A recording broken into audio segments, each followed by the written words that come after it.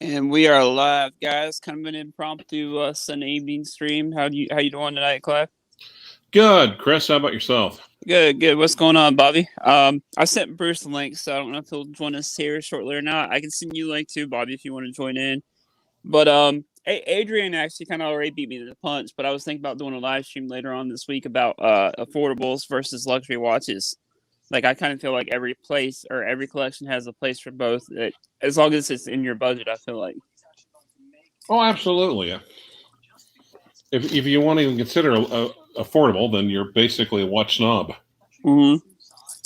Because even the guy that owns the the JLC Reverso can still have a need for an affordable little SKX or something to beat around in, right?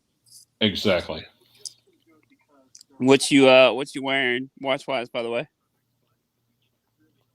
I've been wearing the Leisure chronograph.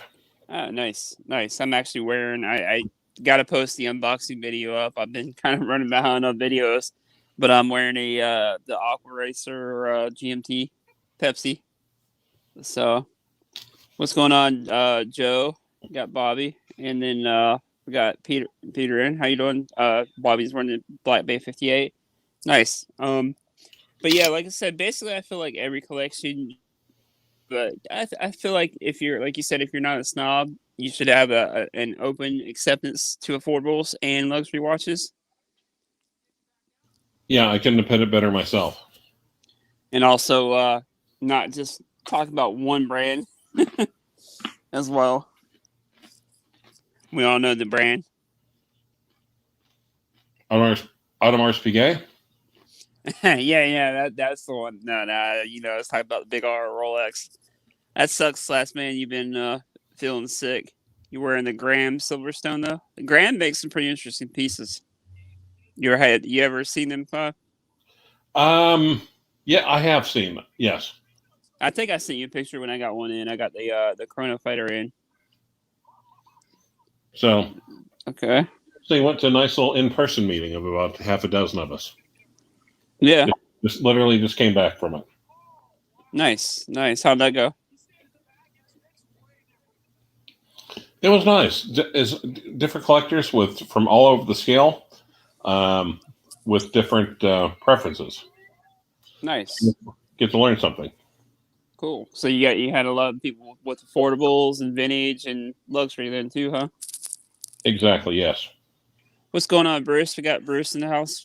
How you doing, bud? Good. How are you? Not too bad. Not too bad. Just kind of hanging out, enjoying the evening off. Figured do a live stream. Sounds good. So, what you wearing watch wise? I got the bluesy on. Okay. Nice. I'm predictable. Yeah, I'm wearing. I don't know if I sent you a picture or not, but Saltzman's linen. I gotta post up the unboxing here this week. I did the Aqua Racer GMT. Oh, cool. Yeah, no, you didn't send me a picture. Yeah, the Pepsi GMT. Pretty nice watch. It's a little bit on the chunkier side though. Nice. Say what? I said nice. Mm-hmm. Very nice. But yeah, Bruce, tonight's topic, I guess Adrian kind of already beat me in the punch. He did that video with affordables versus luxury watches. I kind of feel like affordables has a place in everybody's collection. I feel like, like Clyde said, unless you're like a watch snob. Yeah, well, Mark did a video about this Seiko that's discontinued that he picked up for like $200 and he loves it. Nice. Seiko quartz, yeah.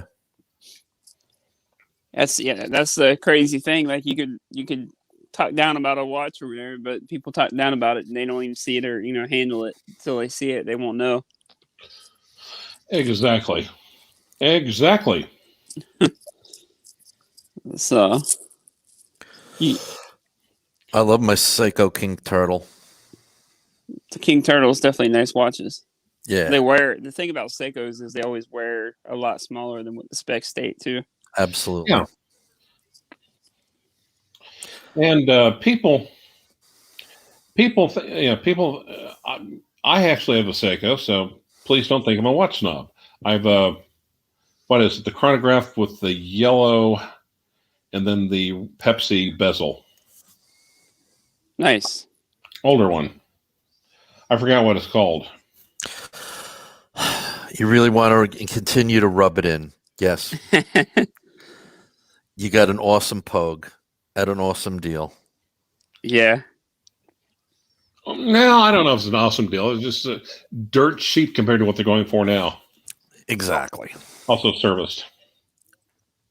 Nice. Yeah. How long ago did you buy that, Clyve? Oh, I don't know. A couple of years back. Okay. I don't know. Bruce, how much you want to buy it from me for? Nah, I'm good. All right. I'm good. I appreciate it though. I was just offering. Okay. Yep. And Bruce is a hell of a nice guy. Just a heck of a nice guy. Thank you. Yeah. But they are amazing watches. The problem with those are that the really nice ones are really expensive, and you're never really sure if it's been tinkered with if you're buying a Franken watch. That's the thing that scares me about the Pogues. They're so cool. But the ones you see, they're either really beat to shit or they're a little too pretty. Did I ever send you a picture of mine? I have. You have sent me a picture of yours, yes. Okay. You want another one? Sure, why not? Man. But yeah, I was talking to James earlier today, Great Gambino Watch Reviews. Mm-hmm. He says uncle was looking for, you remember the SKX, the 011J I had, the orange one? Yes. He said he can't find one now for under $400. No kidding. Because, they were a little bit more rare than the others, I guess. Right. So they're going up just like everything else. Yep. Yeah, everything is. How much are the Pogues going for now? What would you say, close to $1,000, Bruce? Yeah, yeah. Jesus Christ. Yeah. Yeah. That's what I'm telling you. Might be time to sell. Well, you might regret selling it. Now I've got to hold on to I've got to hold on to it. Kind of thing I might have two now that I think about it. Seriously, at one point I had three. I'm sure you did. He's got multiples of everything, right? I'm sure you did. Man. Peter C says he's going to go take a look at some lawn jeans tomorrow. There's some good value in lawn jeans, fellas. Yeah. Some Definitely. good value. What's going on, Bobby? How you doing, bud? Hey, good evening, guys. How are you? Bobby, how are you? Bruce, what's up, man? Not How you much. doing? Great show today. Thank you. Hunters. Thank you. Yeah. Apparently there's this Seiko watch called a chronograph called a Pogue, and apparently those things are going just apeshit crazy in price. Yeah. I've heard that. Wow. What is that? Was that part of the TGV tax, Bruce? Was he the one that mentioned it and they got real popular? Mm-hmm. Yep. I got mine for like $350 or $400, and I thought I was being screwed at the time. Wow. Hardly. Man. Oh, yeah.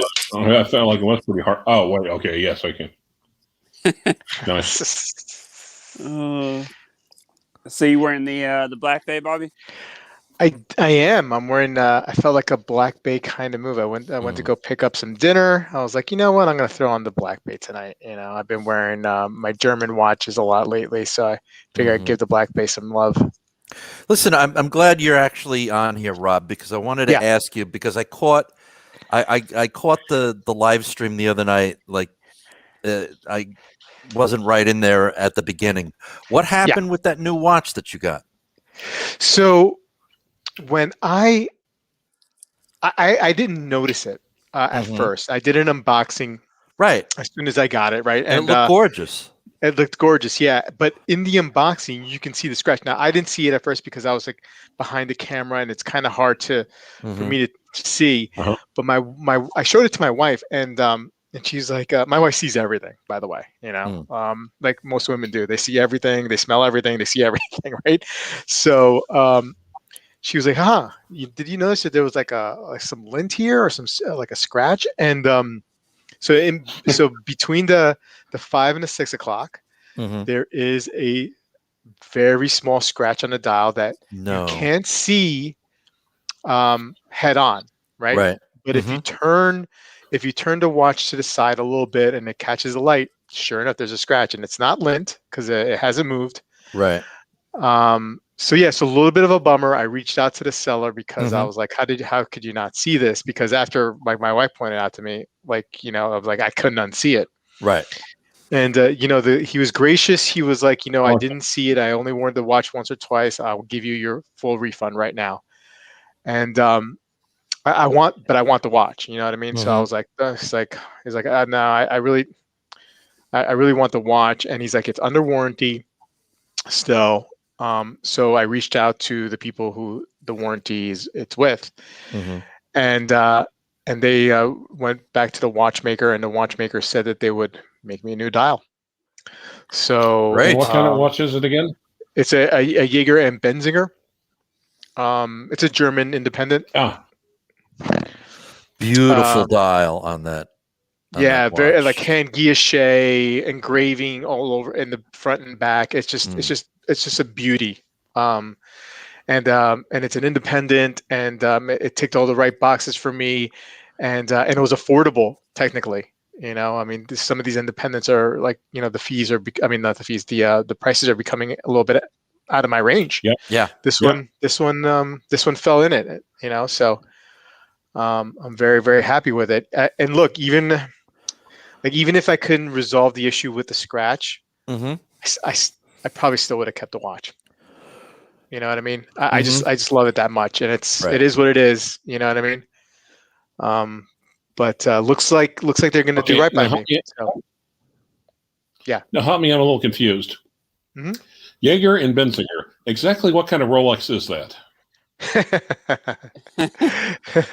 It's actually coming out. It's going to be released soon, so you have to hold on. Oh, You have nice. to wait. Nice. Yeah. No, I No. totally did like a whole. I changed my thinking, Clive. I just didn't. At the end of the day, I just tabled the whole Rolex thing, and I wanted to get. I started getting really into independence, and that's. Well, actually, I've got a few German watches myself. Yeah, you do. Yeah, I call it Heil horology. Right. Yeah. Okay, so I appreciate you explaining that, Rob. Yeah. I was No I problem. heard, I caught that you were, sending it back, and Yeah. I was like, oh no, what happened? Because I saw the unboxing, but I didn't notice the scratch. If you go back, I mean, not that you have to go back, but if you ever find yourself going back to it, like you can see it. You can see it. It's obvious. When I unbox it and I, kind of like play with the watch and with the angles between the 5 and the 6 o'clock, it's small, but it's there. It's hard to miss. Mm-hmm. You got off Watch You See, correct? I did. I mean, I was actually. It's incredible. It's so serendipitous how it all happened, because I was reaching out to dealers. They only made 40 of these, or they're only going to make. They only got 40 of these movements. Right. This old FHF 96. They don't make the. They went out of business, and these movements are from the 70s. They were only going to make 40, and so there were a couple of dealers outside of the U.S. who were selling them, and then you had some different dial options that you could choose or have them do. And I saw one that not the one that I have now, but I saw another one that I wanted, and they wouldn't do business with me because there was an American authorized deal, distributor. The watch buys, yeah. Right. And so I didn't. I don't know. I just didn't feel like going through watch buys. And nothing against them. I just didn't feel like it. And then I was just like, you know what? Let me just check Watch You Seek. And sure enough, Watch You Seek, somebody was selling it. It was bananas how it happened. And so at the end of the day, with the price of it new, right, which is over 4,300, and then the taxes I would have to pay sending them to Jersey because they have to charge me tax now. Right. I saved probably $1,000. Wow. Yeah, That's awesome. over $1,000 by getting a watch that, at the end of the day, fingers crossed, I'm gonna get a new dial, and for all intents and purposes, it's a new watch. Right. Nice. Wow. So I kind of got a little lucky. Yeah, I mean, a disaster turned out to have a happy ending. So that was Definitely. At least the seller was pretty easy to work with. Yeah, Exactly. I mean, he was. I want to think the best. I mean, I want to give him the benefit of the doubt that he never saw it. But it's hard not to see. Gotcha. But I'm giving the benefit of the doubt. Maybe he's like Clyve. He's got so many watches he doesn't even look at it that much. Well, yeah. I mean, he said he only wore it a couple times, so it's quite possible, Right. Well, that's cool. I gotta give you a hard time, Clyve. Well, I was actually looking at Jaeger and Benzinger. I was like, yeah, fuck yeah, I can get behind that. That's cool. They're beautiful.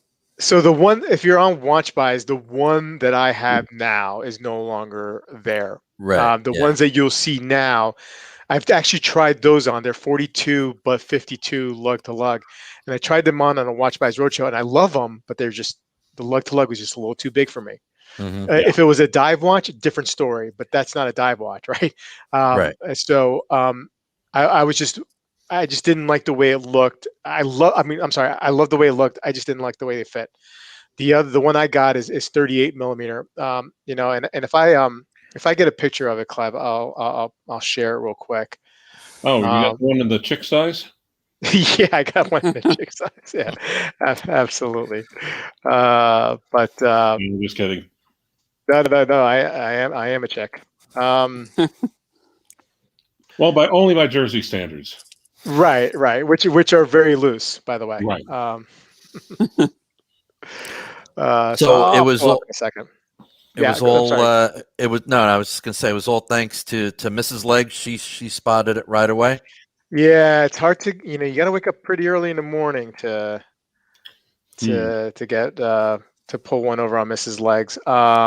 Chris, I'm gonna share my screen if you real quick. Let me see if I can pull it up just to give Clyve an idea.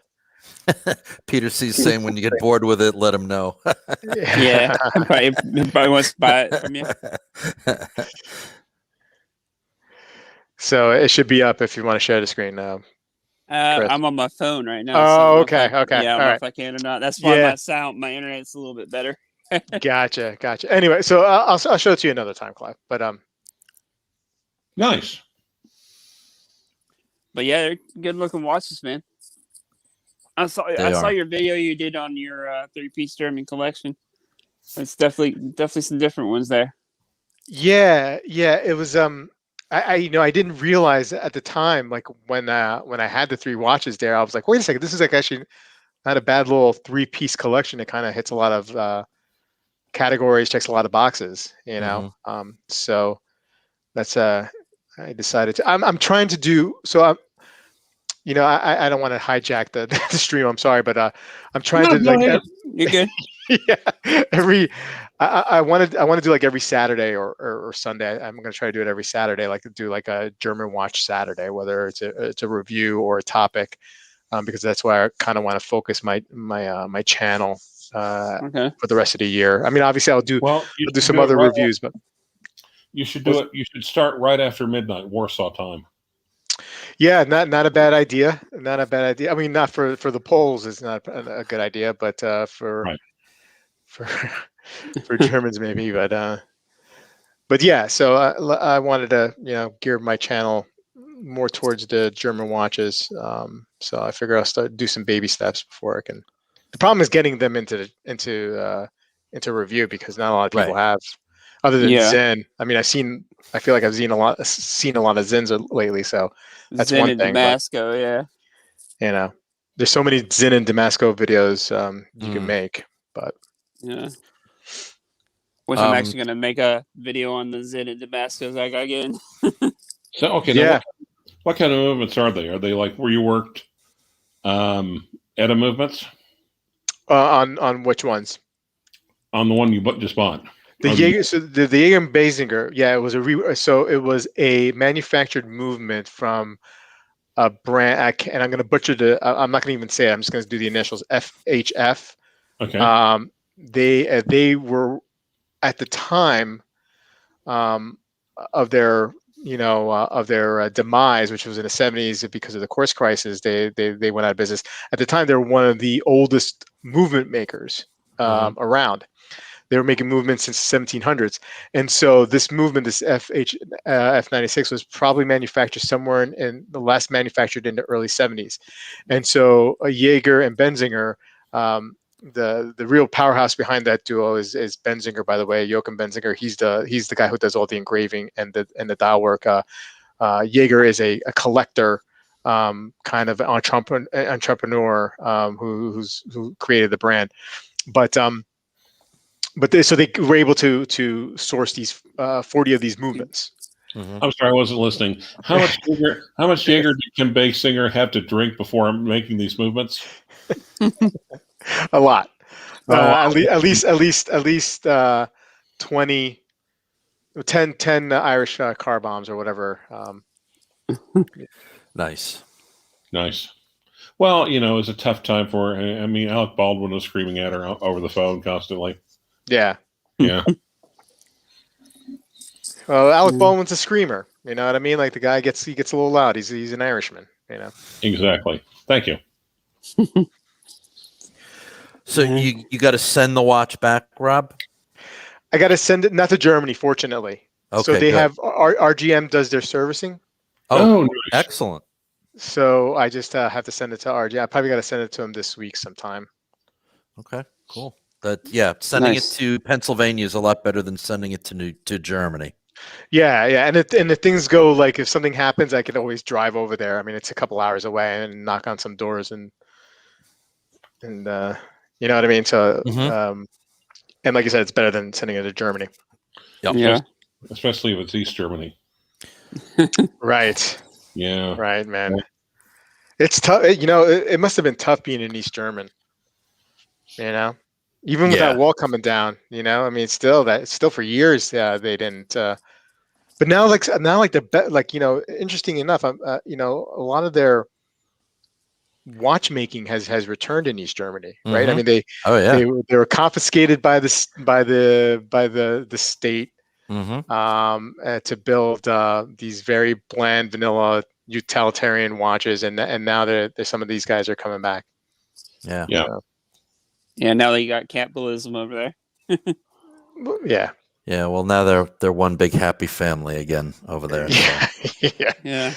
With their bratwurst and right. You should try and look at if you can get into your channel for review some GOs. Let's shoot the original. I would. I just don't know anybody. My buddy Ryan has one. My buddy has a Pano Reserve, but an older one. But yeah, I would love to. Man. I just got to find people who have them. Yeah, they're really. What'd be really tough cool about watches. Germany? Yeah. What I think would be really tough about Germany is like the summertime. Why is that, Clyve? Hey, kids, who wants to go off to a camp? Nobody? Really? Yeah. Clyve. I got an uncle, an aunt that actually lives in Germany. So what's he doing in Germany? He's actually an auto mechanic, and she's a nurse. He was in the first Gulf War. He met her there and ended up staying over there. He was a tanker in the Army, M1 Abrams. Cool. Nice. It's hard, man. If you're American, a lot of these European countries, they really protect their citizenry. So like it makes it like they make it like difficult for foreigners to get work. Unless you're teaching English. Which in Germany, I don't think is that big of a deal because almost everybody, I think, speaks English over there. Man, it's hard to get work. So I mean, your uncle probably had to, jump through a lot of hoops to get some sort of kind of like work Yeah. accommodations. Nice. But so when's the U50 coming in? Oh man, I hope sooner than later. But they said March or April. Oh, So they have that much of a backlog of orders. well, I mean, Zim can't keep up with the demand. There's huge demand for that watch. Because I You was getting looking up excited, on, Rob? Oh yeah, of course. Yeah. I can't wait. I can't wait to that watch is thinner than my Black Bay 50. I can't wait to do like a comparison video between the two of them. Nice. I see now what you get it from Watch Buys. Yep. I see now they're only doing reservations on them. Well, that's what I did. Yeah. I had to do a reservation, and I think it was like a third down I had to put or something like that. Okay. I forget how much it was, but it's you got to be careful with Watch Buy. I mean, like, so that deposit is non-refundable and non-transferable. So like if I get the non-refundable part, but the non-transferable, I mean, if I found a different watch that I wanted from them, you tell me I can't buy that, and Yeah, that's pretty lame. There's people lining up to get the U50s. You'd find somebody to take my place in a second. Right. Oh yeah. So Yeah, that's I mean, I guess when you're the only that way they get your money and their money. Mm-hmm.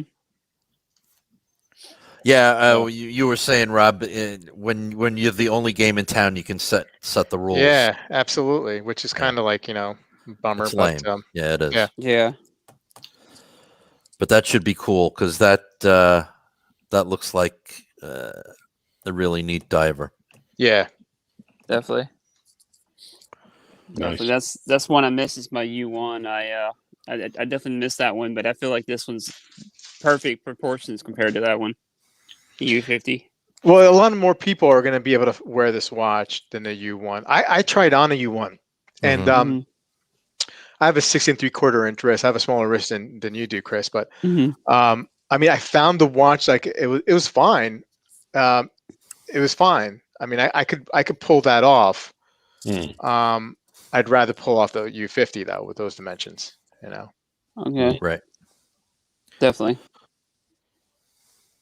I think what would be an interesting comparison video too would be either a U1 or a U50 and a Pelagos, a Tudor. Mm-hmm. Yeah, that's an amazing diver.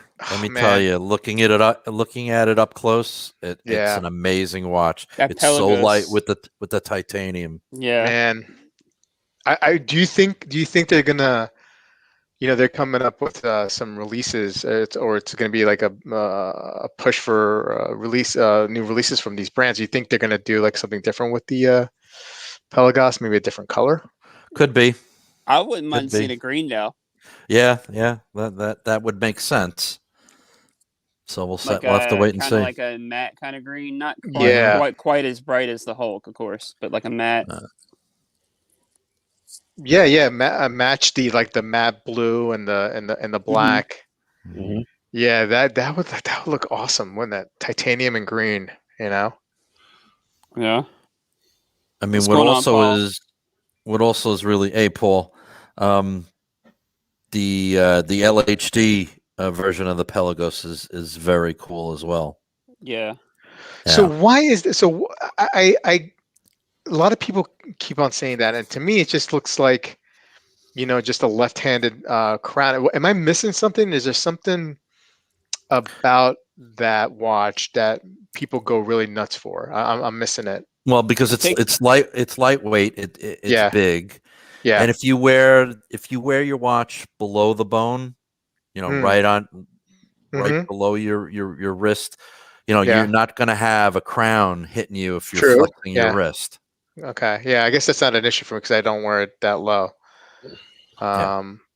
Or if you're left-handed. I am left-handed, and I wear my watch on my left hand. So. Oh, okay.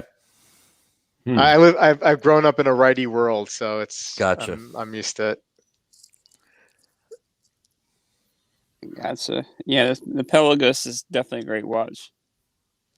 Yeah, really it is. sure is. It sure is. You know, there's so many great divers out there, and it's just and so many affordable divers too. And you know, like I guess at the end of the day, I'm a dive watch guy, even though I'm not sure I really want to admit that to myself Mm-hmm. because I think of myself of like, you know, having or trying to have a diverse collection, but there's I'm the same so way. many. I'm the same Yeah, way. so you know, so it's a struggle, but Uh-huh. there's so many great divers, Yep. and I kind of just want to buy them all. But if I do that, then I can't, get the other kind of watches that I also kind of want. Basically, what it comes down to is I need to make more money.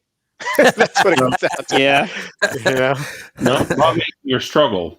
How would you say that in German? Struggle. I don't know, Clive. I don't know. Is that like is there a reference to that? Mine's Right. There Mine's out. is. Yeah. mine in Rolex camp. Oh, yeah. Okay. I thought that was like my thoughts. Okay, yeah. So it's my struggle. All right, gotcha. Yeah. Gotcha. Well, if you only made it as an artist, I would have never. You know what I mean? Like, yeah, we turned it down. We turned it down for the scholarship. But honestly, what the fuck's going to really happen from it? Come on. Oh man. Well, guys, we're going on a little bit over half an hour. You guys about ready to call it evening? Yeah, sounds good. yeah, I got another stream to do at 9:00. So I was gonna ask you if you were still doing the watch soup. yeah. That's a great show. I love that. We're still doing it. We're trying to make it work. Me and Sanjay so we'll see. Couples therapy? What was that? Have you tried couples therapy? Yeah, we have. But you know, when both parties are not fully committed, it just never works. I'm committed. Man. All right, Bobby. I'll catch you on your live stream, man. Thanks, Clyve and Bruce, Bobby, for joining in. Thanks, everybody, for joining in the chat. We'll see you guys next time. All right, Chris. Take it easy, later, guys. Later, fellas. Man, we barely got one Hitler reference in.